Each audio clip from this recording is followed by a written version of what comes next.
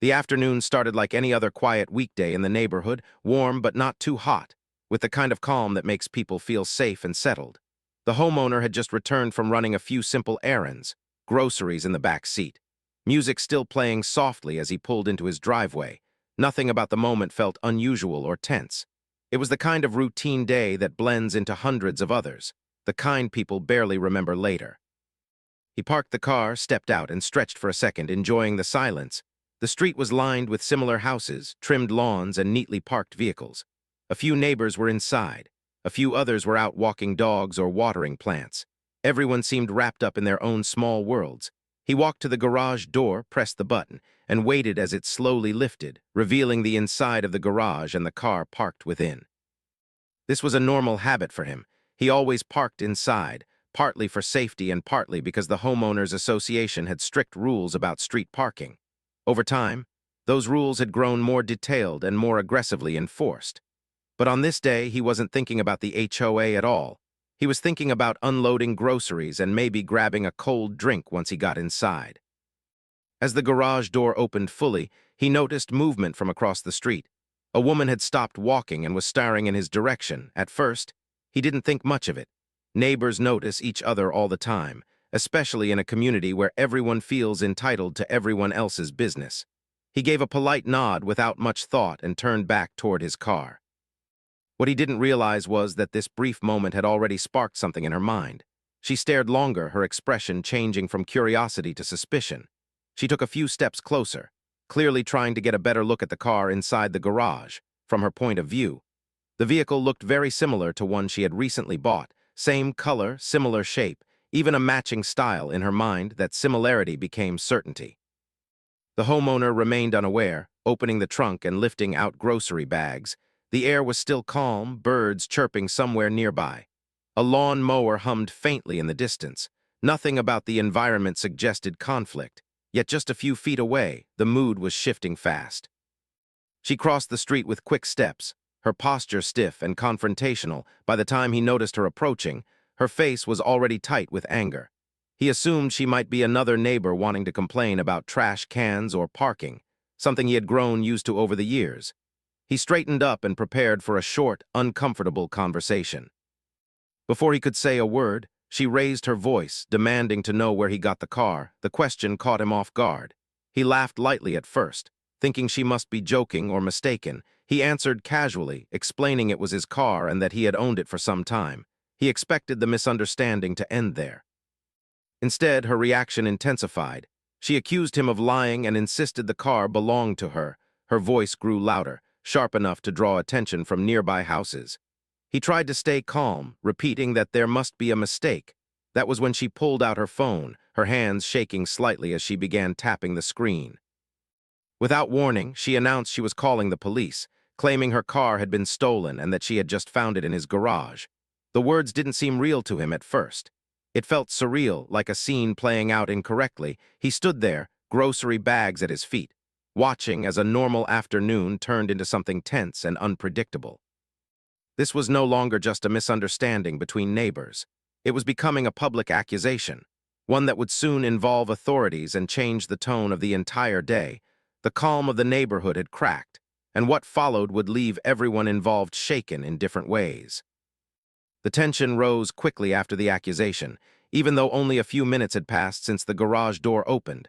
The woman stood firm in the driveway, phone pressed to her ear, packing slightly as she spoke loudly to the emergency operator. Her voice carried across the street, sharp and emotional, making sure anyone nearby could hear that she believed a crime had taken place.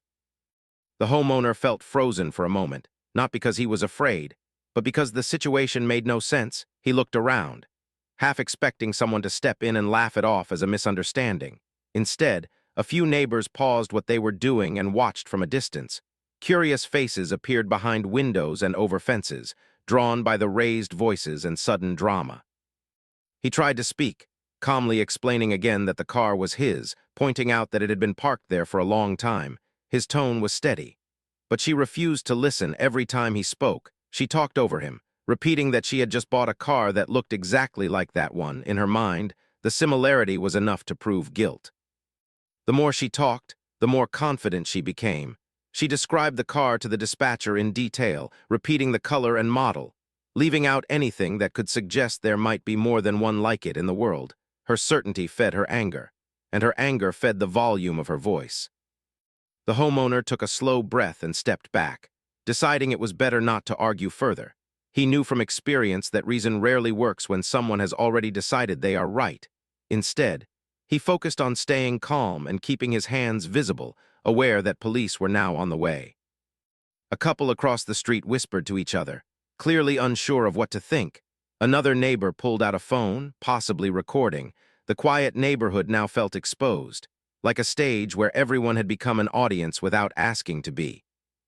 As the minutes dragged on, the woman continued talking to the operator, occasionally pointing at the garage as if the person on the other end could see it. She insisted the homeowner was acting suspicious, even though he was standing still, doing nothing more than holding a grocery bag. Her version of events grew more dramatic with each sentence. The homeowner felt a mix of frustration and disbelief. He thought about how easily a normal day had turned into a serious accusation, all because of an assumption. He replayed the moment in his head, wondering if there was something he could have done differently, but every answer came back the same. He had simply opened his garage. The sound of distant sirens eventually broke through the tension, growing louder as they approached. The woman straightened her posture, her expression shifting from anger to satisfaction. As if the arrival of police would confirm everything she believed, she ended the call and folded her arms, waiting. The homeowner felt his chest tighten slightly, not out of fear of being caught, but from the weight of knowing how unpredictable situations like this can become. He reminded himself that facts mattered, paperwork mattered, and truth had a way of showing itself. Still, he couldn't ignore the discomfort of being treated like a criminal in front of his own home. As the police car turned onto the street, the atmosphere changed again, conversations stopped. Movement froze, and all eyes followed the flashing lights. The woman stepped forward eagerly, ready to tell her story in person, while the homeowner stood back, prepared to explain. Hoping the situation would finally slow down and return to reality. What started as suspicion had now become a full public scene, one driven by emotion rather than evidence. The outcome was still unknown, but the damage to trust and comfort in the neighborhood had already begun.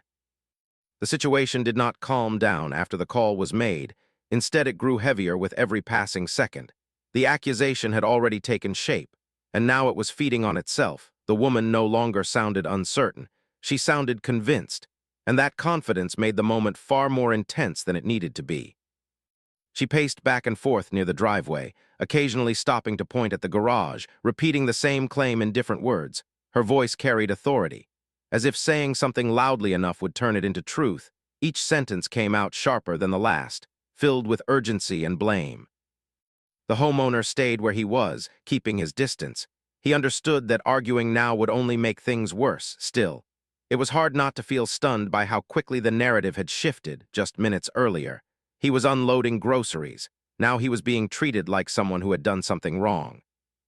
A few more neighbors drifted closer, forming loose groups along the sidewalk. No one said much, but their presence alone added pressure. Silent watching can feel louder than shouting. The homeowner could sense judgment in the air, not because people believed the accusation, but because they didn't know what to believe. The woman began explaining her story again, this time to anyone who would listen. She described buying a car recently, how excited she was, how shocked she felt seeing it in someone else's garage. Each detail was framed to make her look like the victim of something serious. There was no pause to consider alternatives, no space for doubt. The homeowner tried once more to speak calmly, saying there were many cars that looked alike, that cars were mass-produced, that ownership could be proven easily. His voice stayed steady, but it barely made a dent. She cut him off again, accusing him of trying to confuse the situation. At that point, the issue was no longer about the car alone. It had become about control, about being right, about not backing down in front of an audience. The woman's posture was firm, arms crossed, chin lifted. Her body language sent a clear message that she had already decided the ending. Time stretched in an uncomfortable way. Every sound felt louder, a door closing, a distant engine, a dog barking. The neighborhood no longer felt familiar to the homeowner. It felt tense, like a place where one wrong word could make everything explode. He focused on small details to stay grounded, the weight of the grocery bag in his hand, the feel of the driveway beneath his feet, the steady rhythm of his breathing. He reminded himself that facts were on his side. Even so, being accused publicly has a way of shaking confidence, no matter how innocent someone is. The woman glanced at her phone again, checking the screen as if waiting for confirmation that help was close. Each look seemed to boost her certainty. She stood taller, spoke louder, acted as though the outcome was already decided in her favor. A neighbor finally spoke up, quietly suggesting that maybe it was just a misunderstanding. The woman snapped back immediately, saying there was no misunderstanding at all. Her reaction shut down any further attempts at reason. The silence returned, thicker than before. The homeowner noticed how easily emotion had taken control of the moment. Logic had been pushed aside, replaced by assumption and fear. It struck him how fragile peace can be in shared spaces, how quickly normal life can turn into a public spectacle. In the distance, the sound of sirens began to rise again, closer now, more distinct. The woman's expression shifted into something almost triumphant. She stepped closer to the street, ready to retell her version with even more intensity. The homeowner stood still, knowing that the next phase of the situation was about to begin. He didn't know how the officers would react, or how long it would take to clear things up. But he knew one thing for certain: this moment had already changed how safe and simple his neighborhood felt. What had started as a wrong assumption had now grown into a serious confrontation, powered by confidence without proof. And once that kind of energy is released, it rarely fades quietly. The police car pulled up slowly, its presence instantly changing the mood of the street. Conversations stopped, movement froze, and even the woman's loud voice paused for a brief second, as if the flashing lights had pressed a mute button on the entire scene. Two officers stepped out, calm and professional, their faces neutral as they took in the situation. They didn't rush, didn't raise their voices, and didn't show judgment. They simply observed first, which somehow made the moment feel heavier, not lighter. The woman was the first to move, walking quickly toward them. Speaking before either officer could ask a question, her words spilled out fast, layered with emotion. She pointed back toward the garage, repeating that her car had been stolen and that she had just found it parked there. Her voice shook with anger and certainty. One officer gently raised a hand, asking her to slow down and explain step by step. The request seemed to irritate her, but she continued, trying to control her tone while still making sure her accusations sounded serious. She emphasized that she had just bought the car recently, that it looked exactly the same, and that there was no way this could be a coincidence. The officers listened without interrupting, nodding slightly. Then they turned toward the homeowner, who was standing near the garage, hands relaxed at his sides. He took a breath before speaking, aware that this was the moment where calm mattered most. He explained that the car was his, that he had owned it for a long time, and that it had always been parked in the garage. His voice was steady, not defensive. He didn't insult her or dismiss her feelings. He simply stated facts. The officers asked a few basic questions. When did he buy the car? Did he have registration? Could he provide proof of ownership? He answered yes to all of them without hesitation. That alone seemed to shift the balance slightly. Confidence rooted in truth carries a different weight. The woman interrupted again, insisting that documents could be fake. Her frustration was growing, and it showed in the way she clenched her jaw and crossed her arms. She seemed uncomfortable with the idea that this situation might not end the way she expected. One officer asked her to step back for a moment, explaining they needed to check details calmly. The tone was firm but respectful. For the first time, she hesitated, then reluctantly stepped aside. The homeowner walked into the house briefly and returned with paperwork, registration, insurance, and old service records. He handed them over quietly, letting the documents speak for him. The officers reviewed them carefully, checking dates and names. Their expressions remained neutral, but their focus sharpened. While this was happening, neighbors watched from a distance. Some whispered, others pretended not to look while clearly paying attention. The street felt like it was holding its breath, waiting for a verdict. The woman shifted her weight from foot to foot, glancing between the officers and the car. Her earlier confidence was beginning to crack, replaced by irritation and nervous energy. She muttered under her breath, clearly unhappy with how long things were taking. One officer walked over to the garage, examining the car more closely, checking the license plate. Comparing it to the paperwork, everything matched, cleanly and clearly. There was no confusion anymore, only confirmation. The officer returned to his partner and spoke quietly. The conversation was brief, but the tone was settled. The situation had moved from accusation to clarity. When the officers turned back toward both parties, the air felt different, lighter for one person, heavier for the other. The truth was no longer something to argue about, it was simply there. The homeowner stood still, relieved but still uneasy, knowing that even when things are resolved, moments like this leave marks. The woman looked away, her posture stiff, the energy she had brought now having nowhere to go. The police presence had done what emotion could not. It had slowed everything down, replaced noise with facts. And while the scene was far from over, the direction had finally changed, away from chaos and toward reality. The moment the paperwork came out, the energy of the situation began to shift. Slowly but noticeably, the homeowner handed the documents over without saying much, letting the pages speak in his place. There was no rush in his movements, no nervous fumbling, just calm confidence shaped by knowing the truth was written down in ink and dates. One of the officers studied the registration carefully, checking the year, the vehicle identification number, and the address. The other officer compared it with the license plate on the car, moving back and forth between the garage and the papers. Their focus narrowed, shutting out the noise, the staring neighbors, and the tension hanging in the air. The woman watched closely, her earlier certainty starting to fade. She leaned forward slightly, as if proximity alone might change what the officers were seeing. Her arms were crossed tightly now, not with authority, but with discomfort. She asked questions under her breath, questioning dates and muttering about how similar the cars looked. The officer calmly explained that many vehicles share the same color and design, especially popular models. He pointed out the purchase date on the registration, which clearly showed ownership long before her recent purchase. The words were factual, not judgmental, but they landed heavily. The homeowner stood quietly nearby, feeling a mix of relief and exhaustion. Even though the truth was clear, the emotional weight of being accused didn't disappear instantly. He thought about how easily assumptions had grown into something serious, how fragile fairness can feel when emotion takes over. The officer then asked the woman for her paperwork, hopping to compare details and close the gap fully. She hesitated for a moment before pulling out her phone, scrolling through photos and emails. Her movements were slower now, less confident. She showed proof of her purchase, recent, valid, but clearly tied to a different vehicle entirely. When the officers compared the information side by side, the misunderstanding became obvious. The cars were similar, yes, but not the same. Different numbers, different purchase histories, different owners. The situation had never been about theft, only assumption.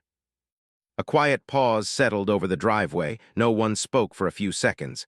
The neighbors seemed to sense the turning point, some stepping back, others suddenly finding reasons to return indoors. The public attention that once fueled the accusation now felt uncomfortable. The woman's face flushed slightly, frustration replacing certainty. She insisted again that it was an honest mistake, that anyone could have thought the same. Her voice was no longer loud but defensive, searching for justification rather than proof. One officer nodded, acknowledging that mistakes happen, but gently reminded her that calling emergency services is serious. Accusations have consequences, even when made without bad intent. His tone remained calm, but firm enough to make the point clear. The homeowner listened silently, feeling vindicated yet unsettled. He hadn't asked for this resolution, or the attention, or the tension. He just wanted his afternoon back still.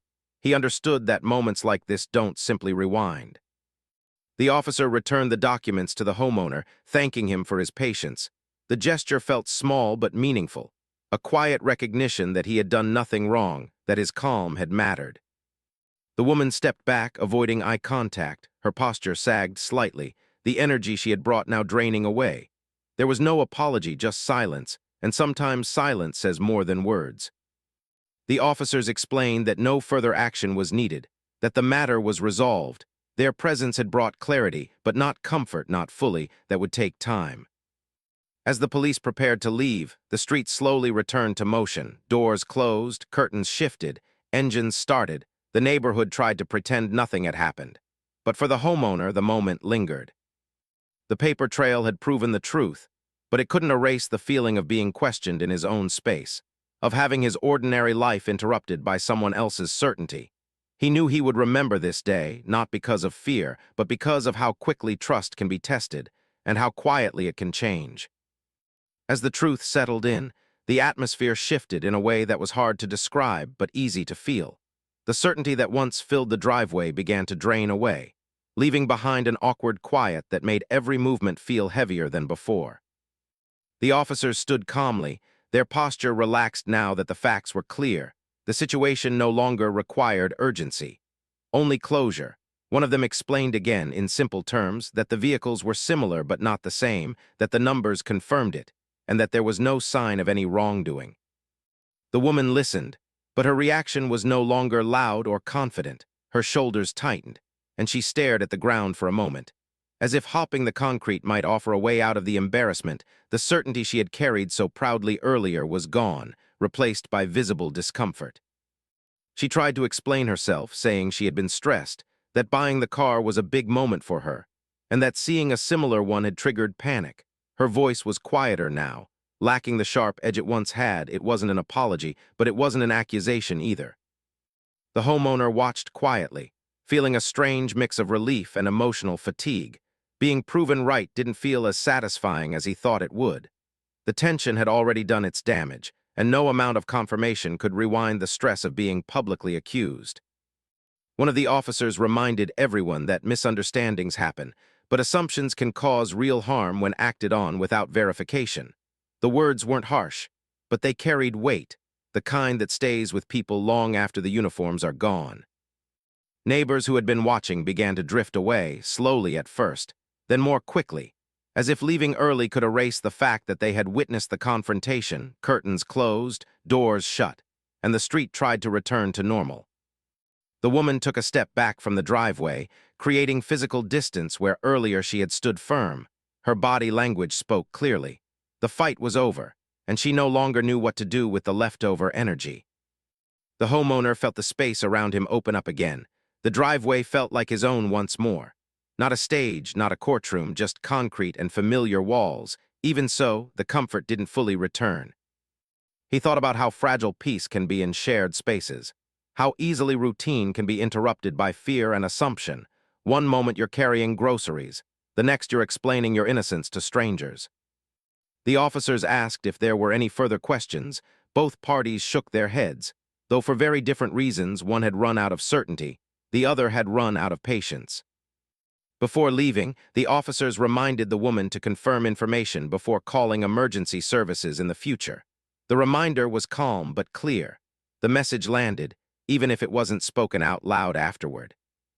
The woman nodded briefly, still avoiding eye contact. She stepped away without another word, walking back across the street with slower steps than before. The confidence that had fueled her actions was gone, replaced by something quieter and heavier. The homeowner remained standing for a moment, watching her leave. He didn't feel angry, just tired of how quickly situations escalate, tired of how assumptions can outweigh facts, even temporarily. When the police car finally pulled away, the sound of the engine faded down the street, taking the tension with it. The flashing lights disappeared, and the neighborhood was left with silence and unanswered feelings. The homeowner picked up the grocery bags again, realizing they were still sitting exactly where he had dropped them earlier. The normality of the moment felt strange, like returning to a paused scene after something dramatic had already changed the story. As he walked back toward the house, he knew this experience would stay with him, not as a moment of victory, but as a reminder that truth doesn't always arrive first, and that calm can be tested without warning. The situation was resolved on paper, but emotionally it would take longer. Trust once shaken doesn't snap back instantly. It settles slowly, if at all, and that quiet realization followed him inside, closing the door behind him. After the police left, the street didn't return to normal right away. It tried to, but something invisible had shifted. The neighbors moved differently now, quieter, more careful, as if the air itself was still carrying echoes of what had just happened. The woman stayed inside her house for the rest of the day. Her car remained parked in her driveway, untouched, a silent reminder of how certain she had been. No one saw her come back out, and no one went over to speak with her. The distance felt intentional, like the neighborhood needed space to breathe. The homeowner went inside his house, set the groceries down, and leaned against the kitchen counter for a moment, letting the silence settle. His hands felt heavier than usual, not from the bags, but from the emotional weight he had been carrying. Even though the truth had come out, the stress didn't disappear instantly. He replayed the scene in his head, not angrily, but thoughtfully. He thought about how quickly things had escalated, how a single assumption had turned into flashing lights and public judgment. It bothered him less that she was wrong, and more that she had never paused to ask. Outside, a few neighbors exchanged quiet conversations later that evening. Some shook their heads in disbelief. Others tried to justify what happened, saying people panic sometimes, but no one fully defended the accusation. The mood suggested a shared understanding that something had gone too far. The HOA board members remained silent. At least officially, no emails were sent, no notices posted, no follow-up statements made. That silence spoke loudly. It felt like an unspoken acknowledgement that this situation was messy and better left alone. Over the next few days, small changes became noticeable. The woman avoided eye contact when passing others, choosing different times to leave her house. The confidence she once carried seemed dimmed, replaced by caution. Even simple things like walking to the mailbox felt different for her now. The homeowner noticed changes in himself, too. He became more aware of his surroundings, more alert to how he was perceived. Opening his garage no longer felt like a neutral action. It came with a brief pause, a quick scan of the street, an instinct he hadn't had before. Neighbors who barely spoke before now offered small gestures. A nod, a quick hello, a brief comment about the weather. It felt like quiet support, subtle but intentional, as if they wanted to reassure him without reopening the story. At the same time, there was an underlying discomfort, the kind that comes from knowing how quickly things can unravel. Trust, once cracked, doesn't fully mend overnight. Even when no one says it out loud, the memory lingers. The woman never apologized directly, but her behavior suggested awareness. She kept to herself, followed rules closely, and avoided confrontation. It wasn't accountability in words, but it was a change. And sometimes change is the only form of acknowledgement people can manage. The homeowner didn't seek confrontation either. He didn't want explanations or apologies forced out of discomfort. What mattered more to him was peace, and slowly, the neighborhood began to settle back into a version of it. Still, the incident became a quiet reference point, a story people remembered but didn't retell often, a reminder of how assumptions can ripple outward, affecting not just two people, but an entire community. The street returned to routine, cars coming and going, lawns getting trimmed, packages arriving on doorsteps. On the surface, everything looked the same, but beneath that normality was a shared lesson, unspoken yet understood. For the homeowner, the experience reshaped how he thought about safety and belonging. He realized that being right doesn't always protect you from stress, and innocence doesn't guarantee peace. Those truths settled in quietly, changing his perspective. Part 7 wasn't about punishment or justice. It was about consequence, not legal, but social, emotional, and personal, the kind that lingers long after uniforms leave and paperwork is filed. The neighborhood moved forward, but it moved forward changed, and everyone involved, whether they admitted it or not, carried a piece of that afternoon with them, tucked quietly into their daily lives. In the weeks that followed, life slowly settled into a rhythm that looked normal from the outside, but felt slightly altered on the inside. The neighborhood returned to its routines, cars pulling in and out of driveways, trash bins lining the curb on schedule, people waving politely as they passed. Yet beneath that surface calm, the memory of what happened lingered like a quiet echo. The homeowner found himself thinking about the incident more than he expected. Not in anger, but in reflection. He realized how thin the line is between ordinary life and sudden conflict. How one assumption, made without a single question, can pull strangers, neighbors, and authorities into a moment no one asked for.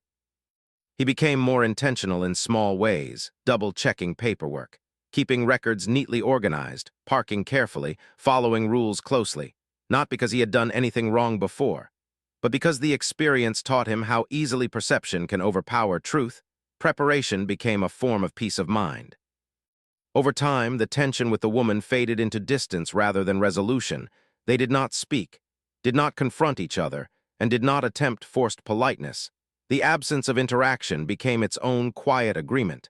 a boundary shaped by experience rather than hostility. The neighborhood itself seemed to absorb the lesson. People became slightly more cautious with accusations, more willing to ask questions before jumping to conclusions. At least on the surface, there were fewer loud confrontations, fewer public disputes, and a subtle shift toward restraint.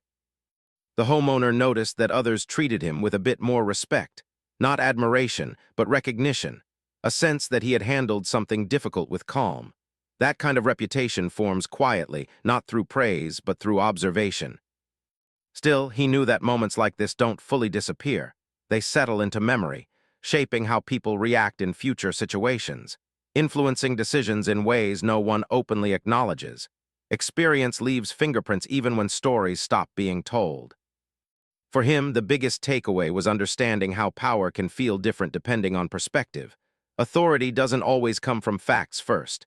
Sometimes it comes from volume, confidence, or fear. And when those lead, truth has to catch up later. He also understood that calm is not weakness. Staying steady when emotions rise can feel lonely. But it often becomes the strongest position in the end, not because it wins arguments, but because it protects dignity. The incident changed how he viewed community. He used to think shared spaces automatically created trust. Now he saw that trust requires effort, patience, and a willingness to pause before reacting. Without those, even the most peaceful places can become unpredictable.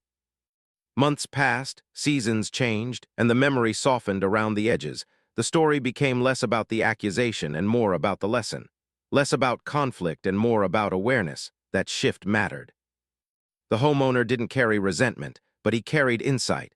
He learned that being prepared, staying calm, and letting facts speak can guide even the most uncomfortable situations toward resolution, though not without cost. Looking back, he realized the day had changed him in subtle but lasting ways. He became more observant, more thoughtful, and more aware of how easily misunderstandings grow when unchecked. The experience didn't make him fearful, it made him realistic. Life doesn't always warn you before it tests your patience, your composure, or your sense of fairness. Sometimes it arrives disguised as an ordinary afternoon. In the end, the story wasn't about a car, or a call, or even a public accusation. It was about how quickly assumptions can reshape reality, and how calm, consistency, and truth can slowly put things back in place. The neighborhood moved on, but the lesson remained, quiet, steady, and deeply human. A reminder that everyday moments can carry unexpected weight, and how we respond to them matters more than we often realize. That was the real ending, not loud, not dramatic, but thoughtful, a return to normal life, carrying new understanding forward, one ordinary day at a time.